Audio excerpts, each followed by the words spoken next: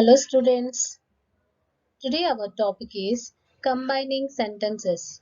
This is from your fifth lesson, A Havoc of Flood.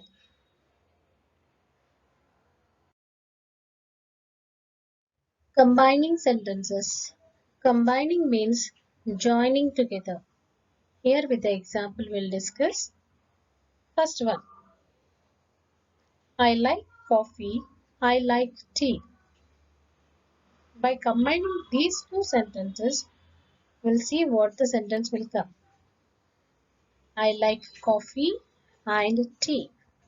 Here the highlighted word is and. This is the combining word. The second sentence, I am hungry, no food at home. By joining these two sentences, I am hungry, but no food at home. Third sentence, I saw her. She was reading book. I saw her while she was reading book. You can observe in these three sentences, the highlighted part is there. The highlighted part is called combining word. Here we see only three, but combining words are so many in our grammar. Let us see what is the definition for this. Combining sentences encourages a writer to take two or more short sentences and combine them into one effective sentence. This combining word is called conjunction. Yes, with the help of conjunction, we can combine two or more sentences. Let's discuss in detail. Combining words or the conjunctions. Here the conjunctions are three types: coordinating conjunctions, subordinating conjunctions, correlative conjunctions. The coordinating conjunctions we can see frequently in our sentences. For example, and, but, or, nor, for, so, yet. Subordinating conjunctions, many combining words are there here, and correlative conjunctions. Correlative conjunction means it is a group of words like both and, either or, neither nor, not only but also, so as, whether or. Not only these combining words, so many are there to make a perfect combined sentences.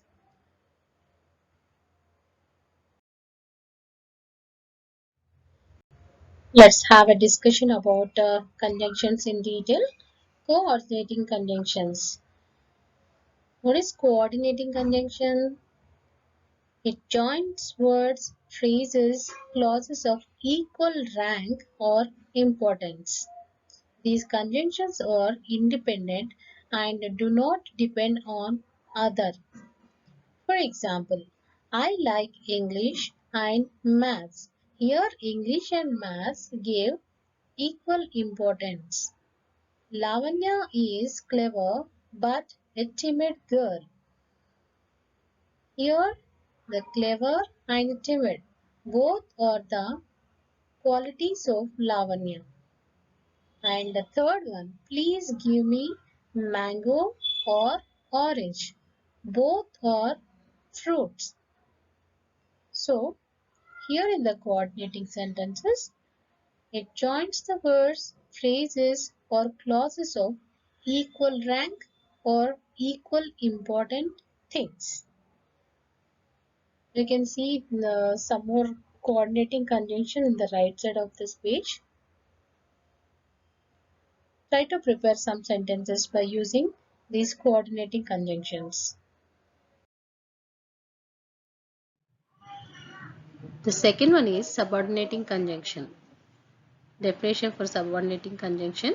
It joins a clause to another where one clause, that is subordinate clause, is dependent on another clause, that is main clause. We'll check the definition once again with the examples. Here, first one, I will call you as soon as I arrive. I will call you as soon as I arrive. Here, as soon as is a subordinative conjunction of time used to introduce depending clause. Generally, as soon as is used to express or show an action that immediately happen after earlier action is just completed. Simply, it is used to express two actions with the minimum gap in which one follows another. So,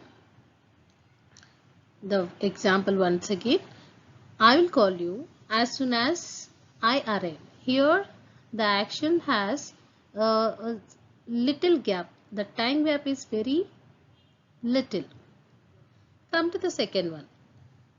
I respect you because you are my master. Third one, I always pray before I have dinner. Fourth one, she will get first rank if she works hard. Fifth one, unless he works hard, he will fail in the exam. Students, observe these 5 sentences. In these 5 sentences, one subordinating clause is there and also one main clause. This subordinate clause is dependent on main clause. You can observe different types of subordinating conjunctions in the left side of this slide.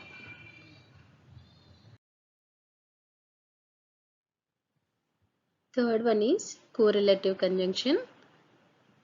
Definition: join similar words but are always used in pairs. In previous conjunctions, only one word is used to join the sentences. But here in this correlative conjunctions, this is a special feature for this. We'll check in detail. These conjunctions connect two balanced clauses. For example, you can see in that first one, both and. The dinner was both delicious and nutritious.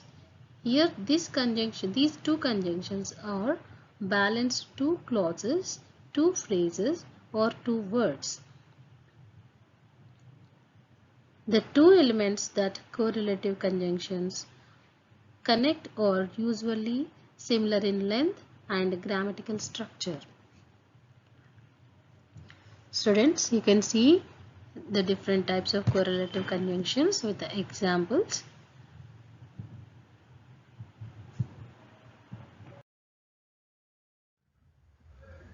In our lesson, our grammar part is correlative conjunctions. They are no sooner than, scarcely when, hardly when. No sooner than, the meaning for that, immediately when or after. Scarcely when, used to say that something happens immediately. Hardly when, something that happens immediately. Please keep this meaning in your mind. We have some textual exercises. No sooner than. Here we'll check in detail. No sooner than is used to denote simultaneous action. No sooner is used to show that one thing should happen immediately after another thing. It is often used with the past perfect and usually followed by than. Students, you can observe the examples.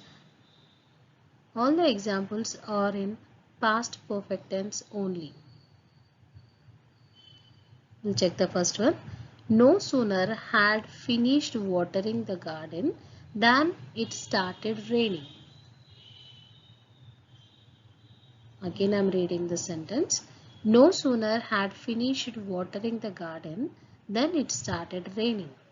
So, it denotes simultaneous actions here.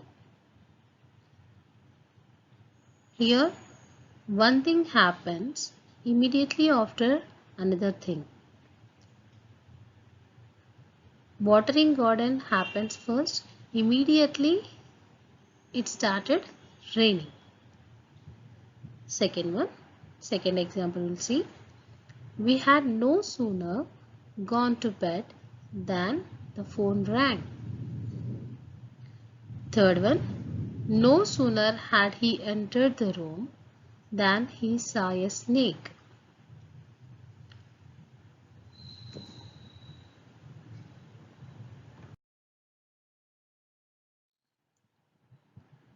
Then the next one, scarcely when.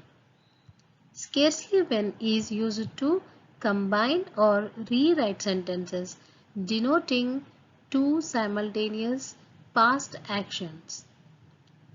All these three are, no sooner than, scarcely when, and hardly when. These three correlative conjunctions are used in which happens immediately one after another. Examples we'll see here for scarcely when. Scarcely had she finished reading when she fell asleep. Scarcely had I gone to bed when the doorbell rang. Third one, scarcely had I reached the station when the train arrived. In these three sentences, actions are happened immediately one after another. In the first sentence, when she finished reading.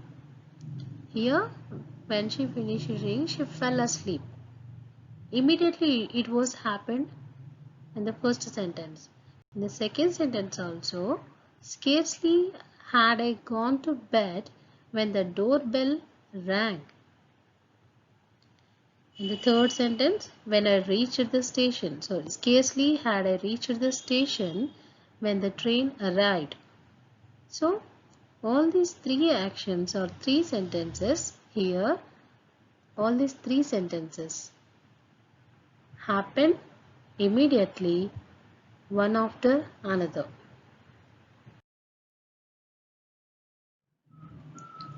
Hardly when. Students, observe this definition. This is completely similar to scarcely when. I'll take it once again. Hardly when is used to combine or rewrite sentences denoting two simultaneous past actions. For example, hardly had I closed my eyes when she came. Second one, hardly had I arrived home when my mother came. Third one, hardly had they won the match when it started raining. Here is a special note for these correlative conjunctions. That is, number one, no sooner always goes with than, and scarcely or hardly always go with when. They are inseparable. Please keep this point in your mind. And the second one, when scarcely or hardly used in the beginning of the clause, the helping verb is used before the subject, not after the subject. If they are used after the subject, the word order is not changed. In the case of no sooner, there is inversion always. So, in the second point, when the scarcely or hardly used in the beginning of the clause, the helping verb is used before the subject. We'll discuss with the examples. Let's check the examples in the textual exercises.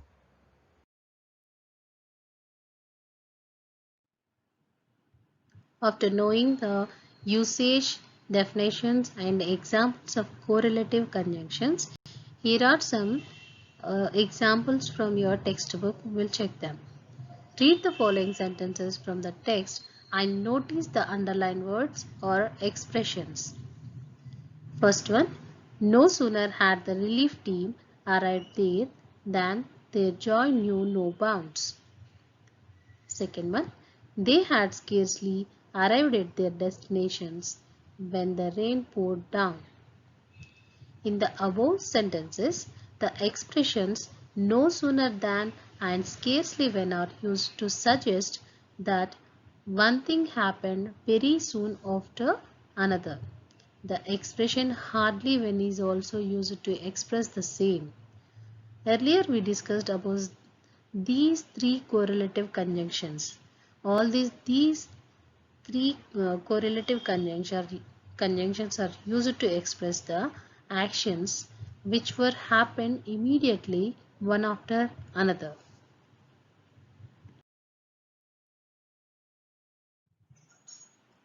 Students, after knowing scarcely when, no sooner than, hardly when in detail, here are some exercises from your textbook. Let's check them. Combine the following sentences using the expressions no sooner than, scarcely when, hardly when. One has been done for you. We'll check the sentence. First one, I put the phone down. It rang again. A. By using no sooner than. No sooner had I put the phone down than it rang again. By using scarcely when. You can check that in sentence B. I had scarcely put the phone down when it rang again. Come to the first one, C sentence. By using hardly when, the sentence is I had hardly put the phone down when it rang again. Students, hope you understand these three sentences. Let us try the remaining ones. Try to do them.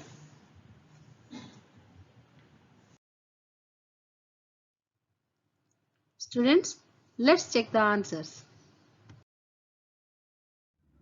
Combine the following sentences using the expressions no sooner than, scarcely when, hardly when. One has been done for you.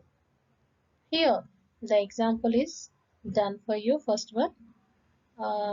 I put the phone down. It rang again. Here, no sooner than, scarcely when, hardly when. By using these three correlative conjunctions, here they prepared three types of sentences. We'll see the first one. A. No sooner had I put the phone down than it rang it again. Again I'm reading. No sooner had I put the phone down than it rang it again. Just remember the special note. In the special note, they mentioned that if the sentence starts with the correlative conjunction, it will be followed by the helping verb. Then the subject will follow. Here that was happened in this sentence. Come to the second one. I had scarcely put the phone down when it rang again. Here there is no word order change in the sentence because the subject was in the beginning of the sentence. Come to the third one. I had hardly put the phone down when it rang again. Check the second, that means B and C. In these two sentences, only one word replaced. In the B it is scarcely and in the C it is hardly. Likewise, in the second sentence, you can see I arrived at the station, the bus came in. In sentence A, no sooner had I arrived at the station than the bus came in. No sooner had I arrived at the station than the bus came in.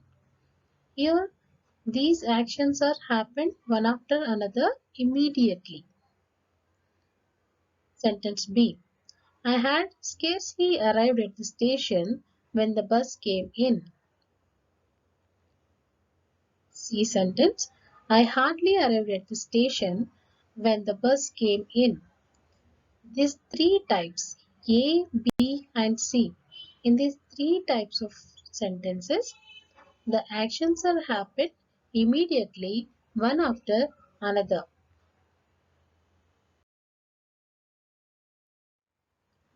Third one, I closed the door. Somebody knocked again. Again, I closed the door. Somebody knocked again. Here, by using correlative conjunction, three sentences are there. Let's see the first one. A.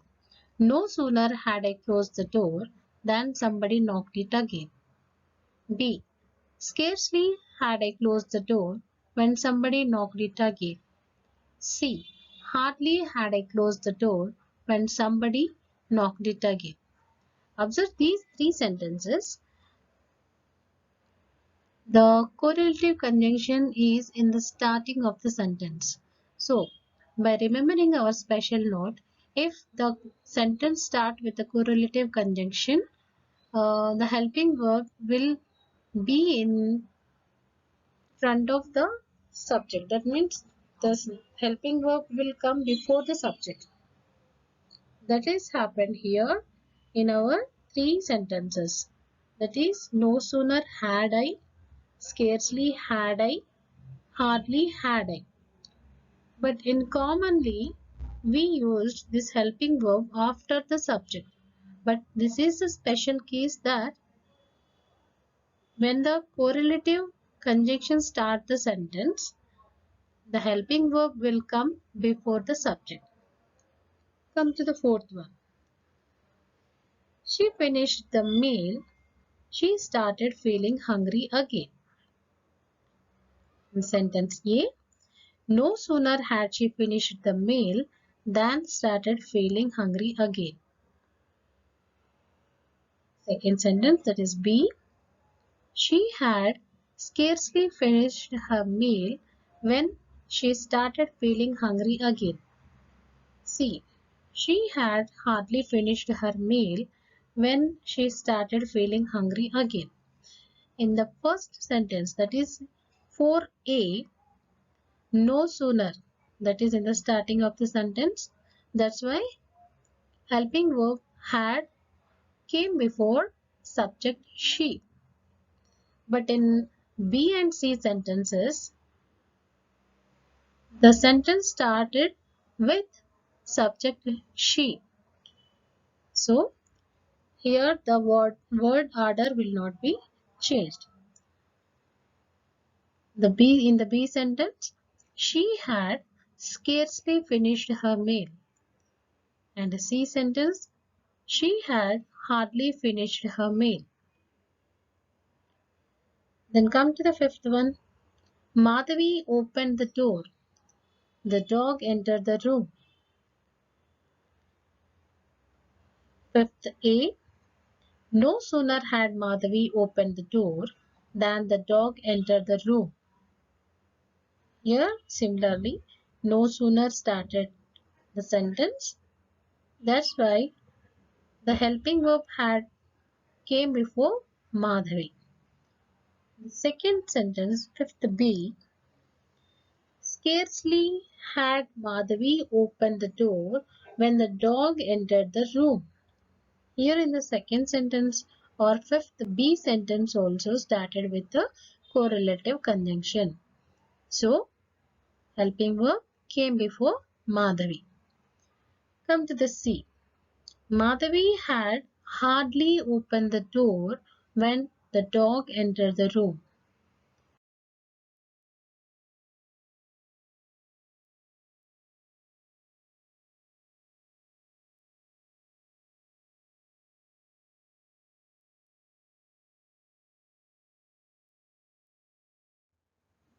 Finally, you need to remember one thing, that all these three correlative conjunctions are used when the actions take place one after another immediately.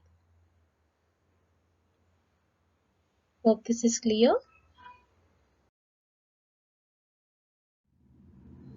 Hope you all understand this session. We'll meet in the next class. Thank you.